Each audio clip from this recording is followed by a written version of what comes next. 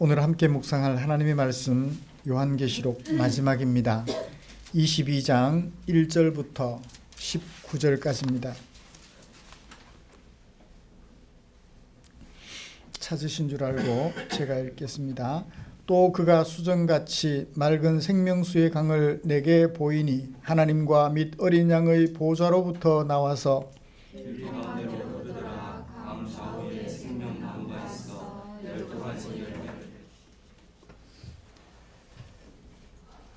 꿈이 있는 사람과 꿈이 없는 사람, 그 차이를 우리는 잘 알고 있습니다.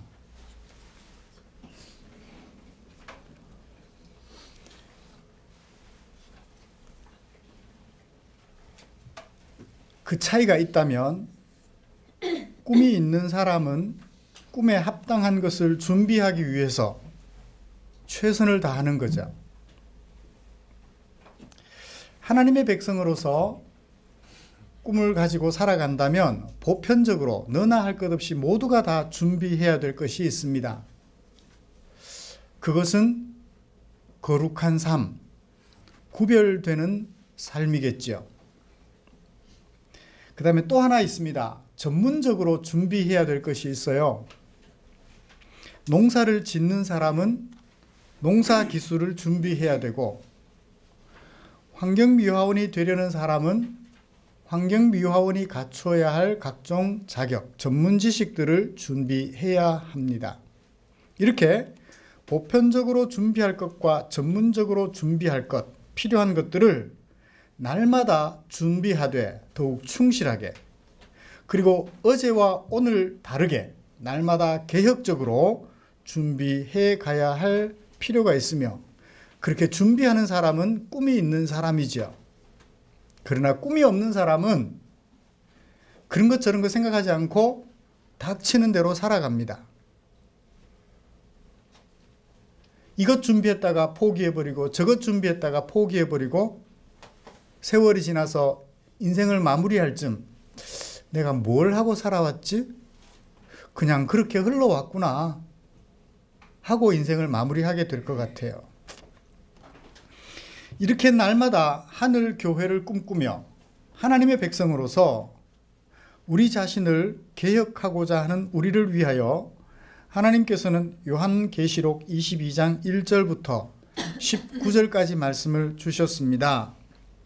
사도 요한이 마지막으로 전해주시는 이 말씀, 더해서도 안 되고 제하여서도 안 되는 마지막으로 주어진 이 말씀을 살펴보면서 우리가 꿔야 할 꿈이 무엇인지, 우리가 바라보아야 할 미래가 무엇인지, 그리고 우리가 살아가야 할 방향을 어떻게 개혁해 가야 할지, 우리가 살아가야 할 방향을 어떻게 확인해야 할지, 그것을 점검하는 은혜의 시간이 되기를 주님의 이름으로 축복합니다. 먼저 오늘 말씀의 구조를 좀 살펴보면요, 1절부터 5절까지는 장차 우리가 이르게 될 하늘교회의 모습, 아니 거꾸로 하늘교회가 우리에게 와서 우리를 변화시켜 주실 그 새로운 모습, 우리가 하늘로 올라가는 것이 아니라 하늘교회가 우리에게 내려온다 하셨으니, 장차 우리가 이르게 될 그 하나님 나라의 모습, 그것을 5절까지 묘사해 주고 있고요. 그 다음에 6절부터 19절까지 사도 요한이 2장과 3장으로 돌아가서 이 요한계시록의 수신자였던 소아시아 지역 7개 교회들을 향하여 마지막 권면의 말씀을 들려주고 있습니다. 그래서 저는 오늘 이 본문을 두 가지 주제로 설교하려고 합니다. 하나는 우리가 꿈꿔야 할 미래의 하늘교회의 모습, 마지막으로 정리하고요. 그 하늘교회를 꿈꾸는 사람들로서 우리 삶을 어떤 방향으로 개혁해 가야 할지, 그 방향을 사도 요한의 권면을 따라서 재설정해보는, 그것을 마지막 설교로 하고 오늘 말씀을 마칠까 합니다.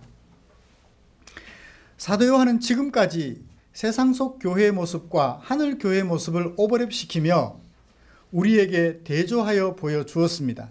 대조보다는 대비하여 보여주었습니다. 그 하늘 교회의 모습을 최종적으로 소개하고 있는 것이 1절부터 5절까지지요. 우리가 꿈꾸며 희망하고 있는 하늘 교회의 모습, 어떻게 소개하고 있는지 차근차근 살펴보십시다. 22장 1절을 시작하면서 사도 요한은 이렇게 얘기를 해요. 그는 누구죠? 21장 9절에 나온 7 대접 재앙을 가진 7 천사들 중에 하나가 계속해서 우리에게 얘기를 해주고 있습니다. 사도 요한에게 얘기를 해주고 있어요. 내게 보여주었다. 사도 요한에게 그 천사가 보여준 것을 묘사하고 있습니다. 두 가지를 보여주었는데요. 하나는 1절 하반절에 있습니다. 뭐죠? 1절 중간에 있네요. 수정같이 맑은 생명수의 강을 보여주었습니다. 수정같이 맑은 생명수의 강.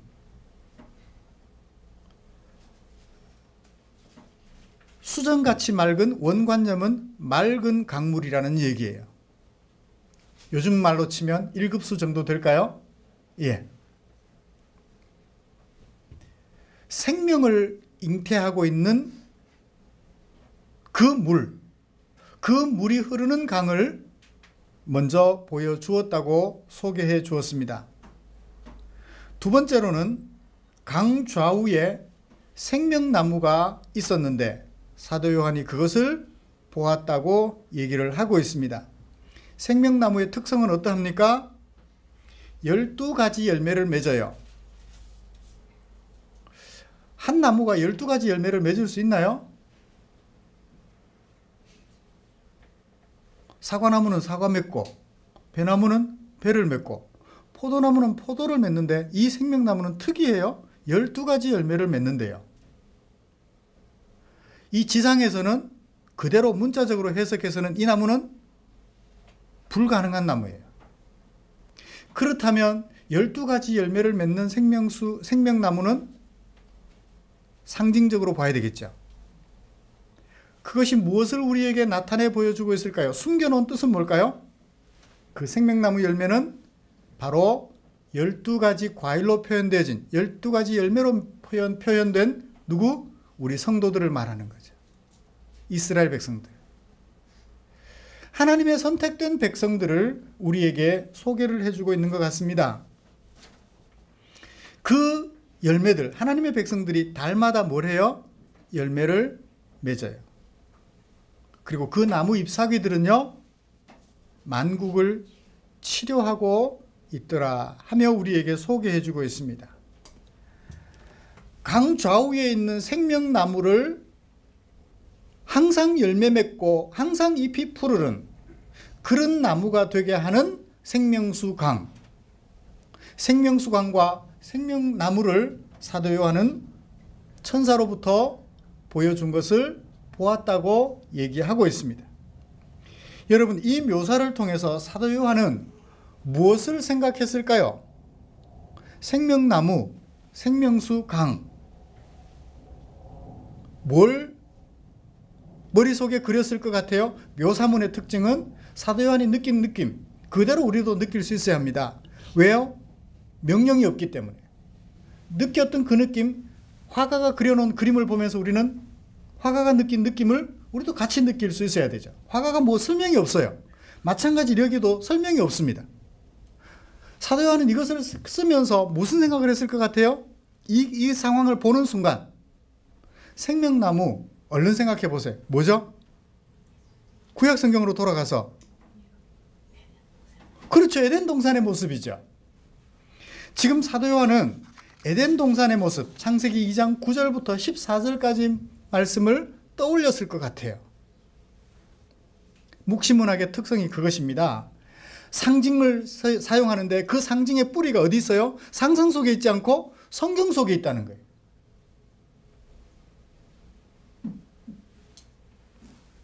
그렇죠?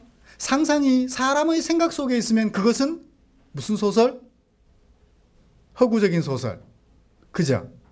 허구적인 소설이에요. 그러나 그 상상의 뿌리가 성경 속에 있다면 그것은 허구 소설이 아니라 묵시문학이라 그래요. 하나님의 메시지를 담고 있는 묵시다. 계시다. 그렇게 얘기를 하고 있는 거예요. 계시의 말씀, 묵시의 말씀이라는 얘기입니다. 사람들이 요한계시록을 해석하면서 자꾸만 상상의 나래를 펴서 자기 생각 속에서 자꾸 뭔가를 찾아내요. 그러니까 계시록이 이상해지고 어려워지는 거예요. 창세기 에덴 동산만 생각날까요? 또 생각나는 성경 구절이 없나요? 생명수 강, 그리고 그 강가에 생명나무, 열매를 맺게 한다라고 하니까 얼른 어디가 생각이 날까요? 성경을 많이 읽어보신 분들, 성경에 대한 기본 지식이 있는 분들은 얼른 떠올릴 수 있을 거예요. 에스겔 47장에 있는 말씀. 선지자가 환상을 보아요. 성전으로부터 물이 흘러나오는데 처음에 어디까지 찼어요? 발목까지. 좀 더 있다가 보니까 성전에서 다시 흘러나온 물이 어디까지 차요? 무릎까지. 나중에는 허리까지. 나중에는 어떻게 해요? 흘러 넘쳐서 수영을 할 정도가 됐어요. 거기까지 끝나면 안 돼요. 그 다음에 그 환상, 그것을 47장 6절 이하부터 설명을 해줍니다. 그것은 무슨 의미라고요? 그 강물이 흘러가면서 발목, 무릎, 허리 흘러넘치도록, 우리 키를 넘치도록 그 강물이 흘러내려가면서 강 좌우에 있는 각종 나무들을 살게 하더라. 그렇죠? 유사하죠? 창세기 2장에서 하나님께서 에덴 동산을 만드시고 그 가운데 두 가지 나무를 만들었다고 그래요. 생명나무와 선악을 알게 하는 나무. 두 개의 나무를 심고 그 에덴에서 발원하여 몇 개의 강이 흘러가요? 4개의 강이 흘러가요. 첫째는 비손강, 둘째는 기혼강, 셋째는 hitdegel강, 넷째는 유브라데강.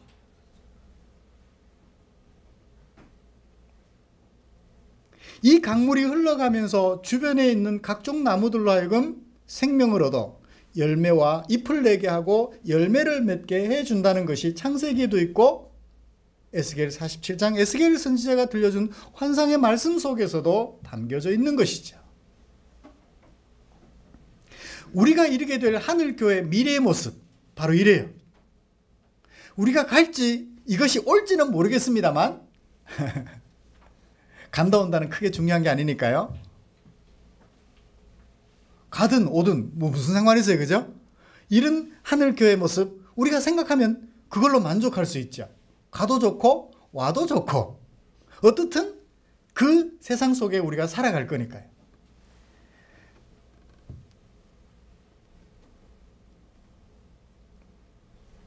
그 생명수강이 어디서부터 나와요? 하나님과 및 어린 양의 보좌로부터 나온대요. 도둑이나 강도에게서부터 흘러나오는 생명수강은 그 강가에 있는 나무들을 죽일까요? 살릴까요? 죽이죠. 제가 어릴 적 제가 살던 동네에 고기를 잡아서 하천이 있는데 하천에 고기를 잡아서 이렇게 좀 먹고 싶었어요. 근데 제가 이렇게 손재주가 없어서 고기를 손으로 잡아보려고 해도 안 돼요. 어떻게 하죠? 굵은 돌을 들어서 다른 굵은 돌을 때리면 잠시간 고기가 떠올라요. 기절해가지고. 그 소리에 놀라가지고. 근데 그렇게 잡은 고기 몇 마리 되겠어요? 근데 어느 날 하루는 하천에 고기가 둥둥둥둥 떠 있어요. 보니까 아마 하천 윗부분에서 약을 뿌린 것 같아요. 하천을 내려가면서 고기가 다 뜨는 거예요. 비료푸대에다가 잽싸게 주워 담아가지고 집에 와서 아버지 고기 잡아왔어요. 매운탕 맛있게 끓여 먹었던 생각이 납니다. 뭐 농약은 희석돼가지고 뭐 사람이 죽을 정도는 안 되겠죠. 그때는 뭐 일단 눈에 보이면 먹는 거니까. 그래요. 그 하천에 독이 흘러가느냐 생명이 흘러가느냐. 하나님과 어린 양의 보좌에서 나오는 물은 무엇을 하는 물? 사람을 죽이는 것이 아니라 생명을 살게 하는 생명수 강물이라는 거예요. 그리고 그 강가에 있는 나무는, 그 생명수 강가에 있는 생명나무는 성도들인데, 그 성도들이 뭘 해요? 사시사철 아름다운 열매를 맺어 놓더라.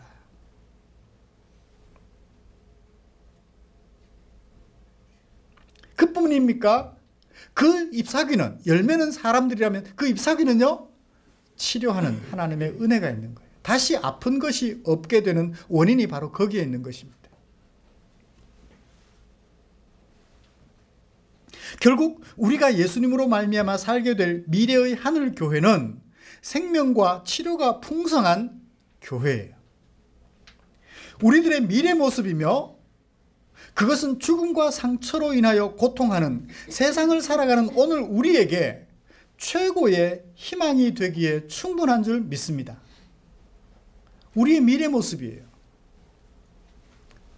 아름다운 과실을 맺으며 상처 입은 사람들을 치료하여 더 이상 아픈 것이 없는 온전한 하나님의 백성들의 공동체.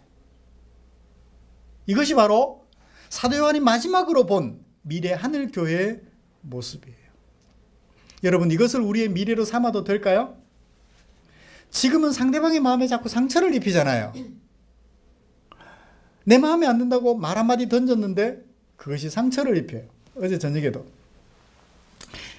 냉장고에서 자꾸 이상한 소리가 들려서, 냉장고가 밑에 기초가 튼튼하지 못해서 그런가 하고 이렇게 좀 움직여 보니까 한쪽이 좀 들려요.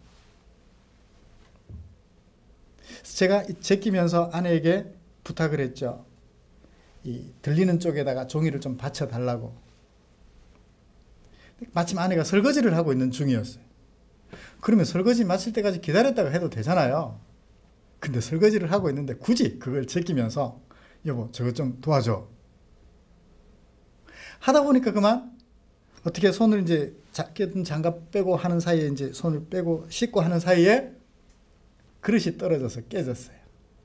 그 순간 제 마음속에, 그래 조금 기다리면 될걸, 왜 그것을 굳이 설거지를 하고 있는데 그것을 중단하고 나를 도와달라고 해서 저런 사달이 났을까? 마음이 아픈 거예요. 내가 하는 일도 바쁘지만 아내가 하는 일도 지금 중단하기는 그런 일인데 나만 생각하고 요구를 한 거지. 뒤가 땡겨서 더 이상 서 있지를 못하고 밖에 나가서 운동 갔다 왔어요. 운동 갔다 오면서 계속 기도했죠.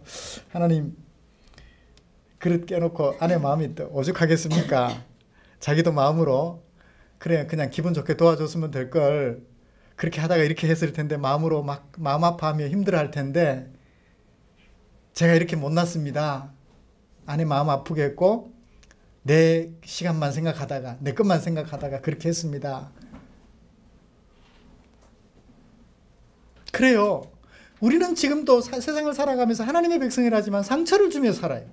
그런데 미래 하늘교회 모습은 상처가 아니라 뭐예요? 치료예요. 그러니 온전하잖아요. 상처를 입히는 것이 아니라 입은 상처를 치료해주며 살아가는 아름다운 우리의 미래라는 얘기예요. 여러분, 이 미래가 여러분들의 꿈으로 삼아도 되겠습니까? 크게 좀 대답해 주세요. 저와 여러분들의 미래로 삼아도 되겠습니까? 아멘.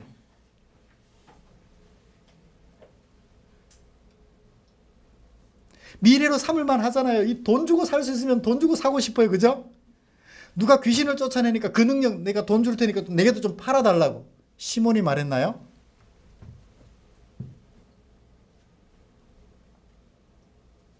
이거는 돈 주고 살 수 없어요. 하나님의 은혜로 얻게 되는 하늘교회의 영광스러운 모습이에요.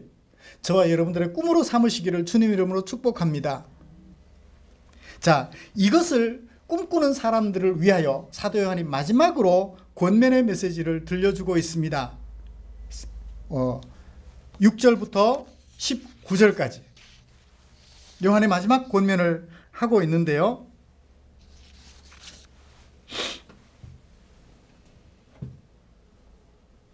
하늘교회 모습 하나가 더 빠져 있네요. 5절 말씀. 뭐죠? 등불과 햇빛이 쓸데없대요. 다시 밤이 없겠고, 밤이 없으려면 햇빛과 등불이 있어야죠. 그 햇빛과 등불, 밤을 없애주는 햇빛과 등불은 은유적으로 사용되었습니다. 뭘 말하죠? 예수님께서 오시면서 말씀하시기를 사도 요한이 이런 말을 했어요. 세상의 빛이라. 어둠 속에 살아가는 우리 사람들에게 빛이 되신 예수님을 소개해 주었습니다. 그 어둠은 도덕적 해이, 도덕 상실의 나라의 모습을 어둠으로 표현했다면, 빛은 도덕이 회복되어 자리 잡은 세상을 말할 것입니다. 여러분, 해와 달이 있으면 이 세상에 도덕이 바로 세워지나요? 아니죠. 빛이신 하나님께서 이 세상을 다스리실 때 온전히 이 세상은 도덕적으로 완벽하게 되는 것입니다. 자, 그 빛을 받은 성도들이 뭐해요? 세세토록 왕노릇한다고 얘기를 하고 있습니다. 왕노릇이란 무슨 뜻이죠? 하고 앉아서 호령한다는 얘기일까요? 군림한다는 얘기일까요? 아니에요. 가장 영향력 있는 행위를 한다는 것의 은유적 표현이라는 것입니다. 왕이 행동을 하나 결정하면 그 밑에 백성들은 그 왕을 따라가겠죠? 가장이 있으라. 어떤 남편 만나고 싶어 나중에 크면? 딸의 로망, 아빠 같은 남자를 남편으로 맞을 거야. 그치? 오석이나마 그럴 거예요. 엄마 같은 여자를 아내로 맞을 거야. 왜요? 늘 봐왔기 때문에. 하나님께서 왕이신데 하나님께서 하시는 그 노릇을 우리가 그대로 따라하는 거예요. 그러면 어떻게 될까요? 영향력이 있죠. 그러면 사람들이 그 영향력 있는 우리의 행위를 보고 뭐라고 말할까요? 존경하겠죠. 대단하십니다. 어떻게 그러실 수 있어요? 대단하십니다.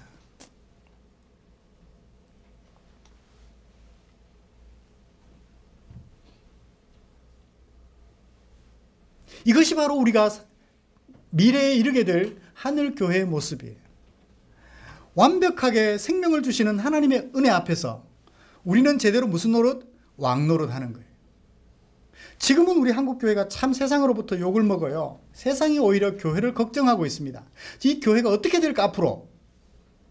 교회가 세상을 걱정해야 될 판에 오히려 세상이 교회를 걱정해주고 있어요. 왜 그런가요? 왕노릇을 못하니까 그런 거예요. 왜 왕노릇을 못해요? 빛이신 하나님 앞에서 우리 삶을 돌아보지 못하기 때문에 그런 거예요. 전문 지식은 물론이거니와 보편적으로 갖춰야 될 그 지식, 거룩한 삶도 불신자들 앞에서 귀감이 되지를 못하기 때문에 그렇다는 거예요. 그러나 미래 하늘교회의 모습은 어때요? 완벽해요. 그러므로 이 미래 하늘교회를 저와 여러분들의 꿈으로 삼으시기를 간절히 소원합니다. 자, 이 그 꿈을 우리가 오늘 우리 삶 속에서 준비해 가야 될 거 아니에요. 그렇죠? 미래의 꿈이니까 미래에 이룰 거야 하고 그냥 마냥 기다릴 수는 없잖아요. 미래에 뭐가 되고자 하는 사람 지금 현재 준비하지 못하면 그건 꿈이 아니에요. 그렇죠? 보세요. 장관이 될 꿈을 미리 꾸었다면 주민등록 불법 이전하는 거 안 했을 거 아니에요. 그죠? 자식 군대 피하는 그런 엉뚱한 짓을 안 했을 거 아니에요. 그렇죠? 세금 정상적으로 납부했을 거 아니겠습니까? 적어도 공직에 앉을 꿈을 꾸었다면 미리부터 준비를 했겠죠. 근데 꿈 없이 살다 보니까 정작 그 자리가 우리에게 왔을 때 그 자리에 앉지 못하게 되는 거예요. 준비를 해야 되겠죠. 자, 사도 요한은 마지막으로 권면하며 이런 하늘교회를 바라보는 사람들이 준비해야 될 것들에 대하여 권면하고 있습니다. 2장과 3장에서 역사 속 7교회들에게 하셨던 그 권면의 메시지와 다를 바 없는 동일한 메시지를 우리들에게 소개해주고 있습니다. 첫 번째는 천사에게 들은 말로 권면해요. 이런 권면을 뭐라고 말합니까? 천사에게 들은 말을 그대로 해줍니다. 간접 권면이죠. 그 다음에 성령과 신부에게 들은 말씀을 그대로 소개해 줍니다. 그래서 권면을 해요. 여전히 간접 권면입니다. 마지막으로 직접 권면 18절부터 19절까지 사도 요한이 직접적으로 자기 말로 수신자들을 향하여 권면하는 메시지를 소개해 주고 있습니다. 첫 번째 권면, 천사에게 들었던 그것을 그대로 소개해 주면서 우리에게 무엇을 권면해 주고 있는지 살펴보십시다. 첫 번째, 7절. 보라, 내가 속히 오리니 이 두루마리의 예언 말씀을 지키는 자는 뭐가 있다? 복이 있다. 지키면 복이 있다. 안 지키면 복이 없다. 무슨 얘기예요? 지키라는 얘기죠. 이 말씀에 기록된 것을 지켜 행하라는 것입니다. 말씀을 말씀으로만 듣고 집에 가서 흘려버리거나 잊어버리지 말고 그 말씀을 기억하여 살아가라는 얘기예요. 거짓말하지 말라는 말씀을 들었다면 거짓말하지 말라는 얘기예요. 집중하라는 얘기를 들었다면 집중하는 거죠. 뭐 하지 말고? 졸지 말고. 그렇죠? 들은 대로 하는 것이 뭐예요? keep, 지킨다는 거예요. 들은 대로 순종하는 것, 지킨다는 거죠. 거룩한 삶을 살라고 말씀하셨다면, 들었다면 거룩한 삶을 살기 위하여 힘쓰는 거예요. 두 번째, 9절. 나는 너와 네 형제 선지자들과 또 이 두루마리의 말을 지키는 자들과 함께 된 종이니 그러하지 말고 뭐하라? 하나님께 경배하라. 누가 이 말했어요? 천사가 이 말했어요. 요한이 어떻게 하니까? 천사가 하도 좋아가지고 그 말을 해주니까 천사가 대단해 보여. 그래서 천사 보고 엎드려서 넙죽 절을 하려고 하는데 천사가 멈추고 말하기를 잠깐 나는 너와 같은 하나님의 피조물일 뿐이다. 경배 받으실 분은 하나님밖에 없다. 그러므로 하나님께만 경배하라. 천사 숭배하면 돼요, 안 돼요? 근데 요즘 천사 숭배하는 사람들이 많아요. 천사를 숭배하는 종교가 있어요. 성경, 그 사람들도 성경 가져갑니다. 그 사람들 천사를 숭배해요. 우리가 경배해야 될 대상은 누구? 하나님밖에 없어요.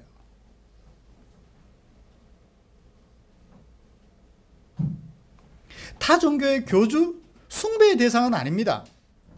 그들의 가르침을 일반 은총으로 하나님이 그들에게도 지혜를 주셨으니까 그들이 한 말, 좋은 말 많아요.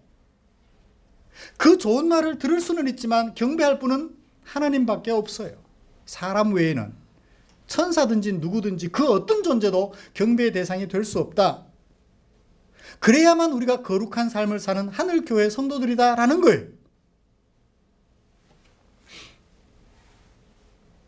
굿닥터라는 좋은 드라마가 잘 진행이 되는가 싶더니 마지막에 어디로 가요? 타로? 타짜? 종이 가지고 이렇게 뽑아가지고 점치는 걸 뭐라 그래요?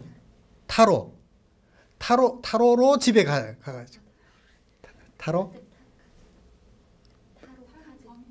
타로 카드로 점을 보는 그곳에 가는 거예요. 진짜 마지막에는 그 타로 카드로 점을 쳐주었던 여자애가 이 여의사에게 말하기를 다 그 가짜예요 라고 말을 해줘서 피날레가 아주 좋았습니다만 왜 타로 카드로 점을 치는 그곳에 갔을까? 그게 좀 의심스러웠어요. 왜 저런 생각을 국민들에게 심어줄까 했는데 마지막 끝이 재밌었어요. 그 다 가짜예요. 누구에게나 다 들려주는 얘기예요. 근데 당신에게 맞았던 것 뿐이죠. 뭐 그런 얘기를 하더라고요. 그래요. 그 어떤 것도 여러분들의 미래를 점쳐줄 사람들 없습니다. 여러분들의 미래는 누구 손에 있어요? 하나님의 손에 있죠. 그러므로 우리는 누구만 경배해요? 하나님만 경배할 뿐입니다.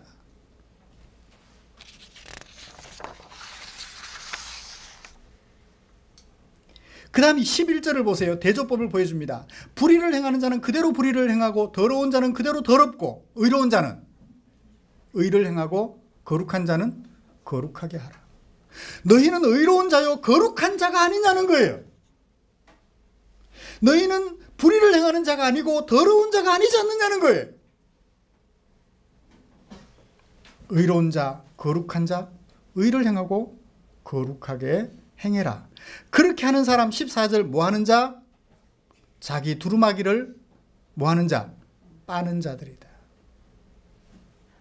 자기 더러워진 두루마기를 빨아서 세탁을 해서 하얗게 흰 두루마기로 만들어라는 거예요. 이기는 자가 복이 있나니라고 2장 3장에서 얘기했던 그 말씀을 그대로 천사가 활용하여 얘기해 주고 있는 것입니다. 이기는 자, 자기 두루마기를 빠는 자, 어떤 자? 의를 행하고 거룩하게 살아가는 자. 세 번째로 그렇게 권면했습니다. 그 다음에 성령과 신부, 신부는 뭐죠? 하늘교회 미래 모습이에요. 미래 우리의 모습, 미래 우리가 현재 우리에게 말해줍니다. 신부가 말해주는 거예요. 성령님과 함께. 미래의 내가 현재의 나에게 누구와 함께? 성령님과 함께 내게 들려줘요. 미래의 최상호가 현재의 최상호에게 성령님과 함께 무슨 말을 전해주는지 들어보자고요. 원하는 자는 값없이 생명수를 받아라. 독이 있는 세상 물을 마셔서 지쳐있니? 병들었니? 내가 너에게 흘려보내주는 생명수를 마시렴. 언제? 언제든지. 돈 내고 값없이. 몇 절인가요? 17절. 그래요. 거룩하고 의로운 삶을 추구하려다 보면 지치고 힘들어요. 내가 이렇게 이렇게까지 살아야 되나? 내가 이렇게까지 살아야 되나? 2, 3일 전쯤 화통이라는 TBC 프로그램에 밤 늦게 하는 프로그램이 있어요. 한동대학을 졸업한 한 친구가 창업을 했어요. 마케팅업으로. 그러니까 한국의 구글이라고 요즘 별명이 붙여져 있는 기업이래요. 이 친구가 이제 그 자신의 좋은 아이디어를 가지고 동기들과 더불어 창업을 했는데, 전공이 다른 동기들과 더불어 창업을 했는데, 어떻게 하다 보니까 수입이 많이 늘었어요. 통장이 자기가 생각지 못할 직장에 대기업에 취업을 했으면 받을 임금과는 비교도 안 될 정도로 생각지 못한 수입이 통장으로 자꾸 들어오더랍니다. 이걸 어떻게 써야 될까 하다가 창업한 동기들끼리 공유해서 쓰기로 같이 합의를 해서 집도 사는데 뭐 결혼도 하는데 필요한 대로 썼답니다. 그러면서 회사가 점점 커져요. 회사가 커지면서 이제 사원들이 더 많아질 거 아니겠습니까? 직원들이 더 많아지면 총각 직원들 결혼하면, 처녀 직원들 결혼하면 결혼자금 1,000만 원 지원. 그러니까 총각과 처녀들이 결혼하기 전에 취업한 총각과 처녀들은 좋아요. 결혼하고 취업한 총각 처녀들은 아니지. 결혼하고 취업한 사람들은 우리는 억울하지 않습니까? 우리도 주세요. 그래, 너희들은 주는데 결혼 이미 하고 들어왔는데 또 줄 수는 없고, 애기 하나 낳으면 1,000만 원씩. 개인으로 보면 큰 돈이지만 수입이 있는 자신들의 입장에서 1,000만 원이 큰 돈이 아니더래요. 그래도 또 자꾸 쌓이더래요, 돈이. 그래서 연말에 송년회를 하는데, 송년회면 술 파티잖아요, 보통. 근데 딱 1박 2일 서울의 유명 호텔을 정해서 그 직원 가족들을 다 초빙.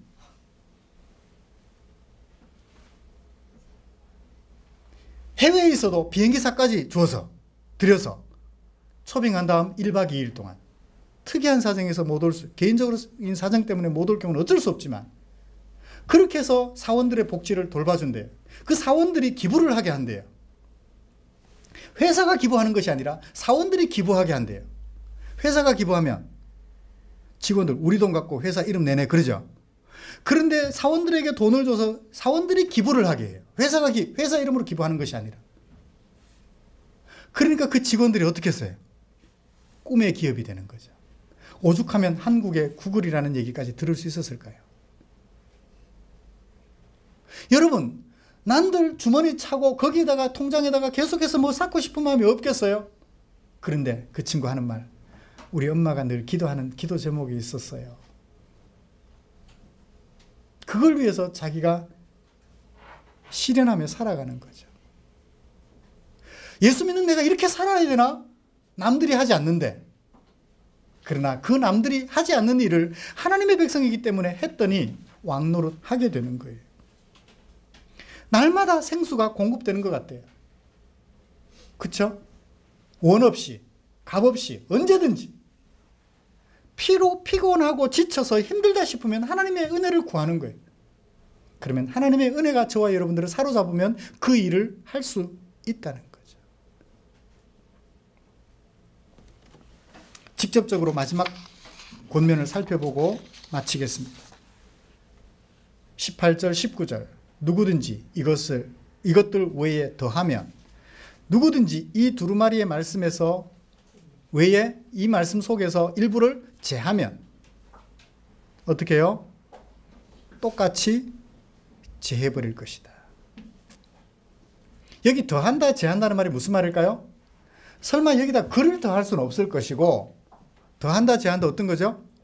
여기 말씀을 아까 말씀드렸듯이 상상력을 사람의 상상력을 발휘해서 허구 소설을 써내는 사람들, 설교하면서 허구 소설을 써내는 것은 뭐고? 더하는 것이고, 제하는 것은 똑같이 허구 소설을 쓰면 제하는 것이 되겠죠. 그 말씀 속에 담겨있는 의미를 잘 살려내어 그것을 마음속에 새기며 살아간다면 그것은 더하는 것도 아니고 제하는 것도 아니고 있는 그대로인 거예요. 말씀을 마치겠습니다. 사랑하는 성도 여러분, 사도 요한이 이 요한계시록 우리에게 써준 것은 우리를 불안하게 하려고 아니에요. 우리로 하여금 미래에 대한 확신을 가지고 미래의 내 모습을 보여주시면서 오늘 우리에게 거룩하고 아름답고 구별된 삶을 살아 왕노릇을 제대로 하여 사람들에게 존경받는 그리스도인이 되라고, 죽음을 각오하고 그런 백성들이 되라고 이 말씀을 기록해 주셨던 것입니다. 그러므로 우리는 날마다 하나님의 은혜를 구하며 날마다 우리 자신을 개혁하고 또 개혁하여서 하나님이 기뻐하시는 백성으로 살아가시기를 간절히 소원합니다. 미래의 최상호가 현재의 최상호에게 전해주는 그 말씀, 그 말 마음에 새겨봅시다. 야, 미래의 최상호가 내게 날마다 말을 해요. 너 그러면 되겠니? 누구와 함께? 성령님과 함께. 내게 계속해서 말을 들려줘요. 야, 너 그렇게 하면 되겠니? 이렇게 해야지 않겠니?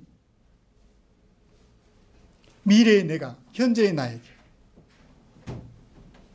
성경을 읽을 때마다 들려주는 그 모습 생각하면서 우리 자신을 가다듬고 또 가다듬어 정말 흠잡을 데 없이 거룩하고 아름다운 주의 백성으로 세워져 가기를 간절히 소원합니다. 제가 이게 꿈이에요. 이게 제 목회 비전이에요. 목회 철학입니다. 예배당이 커지면 좋고 안 커져도 상관없어요. 이 속에 살아가는 저와 여러분들이 이 꿈을 가지고 오늘도 내일도 매진해 간다면 여러분들은 세상 속에서 남편으로부터 아내로부터 존경받는 사람들이 될 것이며 왕노릇 제대로 함으로 사랑받는 백성들이 될 것입니다. 그런 여러분들의 삶을 보고 혹 하나님의 선택된 백성들이 있다면 자석에 끌리듯이 아마 여러분들을 따라 끌려올 것 같아요. 예수 믿으세요 소리 안 해도 자석은 끄는 힘이 있잖아요. 여러분들이 내어놓는 아름다운 삶의 힘, 그것이 불신자들을 여러분들 가까이로 끌어들여 결국 누구에게로? 예수님에게로 인도해 주실 줄 믿습니다. 요한이 전해주는 이 메시지, 상상 속에서 자꾸 엉뚱한 생각해서 이상하게 결론 내리지 마시고 이 말씀을 마음에 새겨서 행복한 저와 여러분들 되시기를 간절히 소원합니다. 기도하겠습니다. 하나님 아버지 고맙습니다. 주의 사랑이 있어 귀한 말씀을 머릿속에 담을 수 있었습니다. 감사합니다. 아버지여, 미래의 내가 현재의 나에게 성령님과 함께 들려주는 그 메시지를 마음에 담기를 원합니다. 하나님에게서 나오는 생명수는 우리 모든 성도들을 살찌게 하며 치료하는 사람들이 되게 한다 하셨으니 날마다 하나님에게서 나오는 생수를 원 없이 값 없이 언제든지 필요할 때마다 구하여 마시며 생명 얻어가는 종들 되게 해 주시옵소서. 그 얻은 생명으로 이 땅을 살아가는 동안 거룩하고 구별된 삶을 살되 이기는 자들이 되어 두루마기를 빠는 자들이 되어 흰 옷 입은 자들이 되어 살아가고자 자신을 날마다 개혁해가는 소중한 지체들 되게 하여 주시옵소서. 예수님의 이름으로 기도드리옵나이다. 아멘.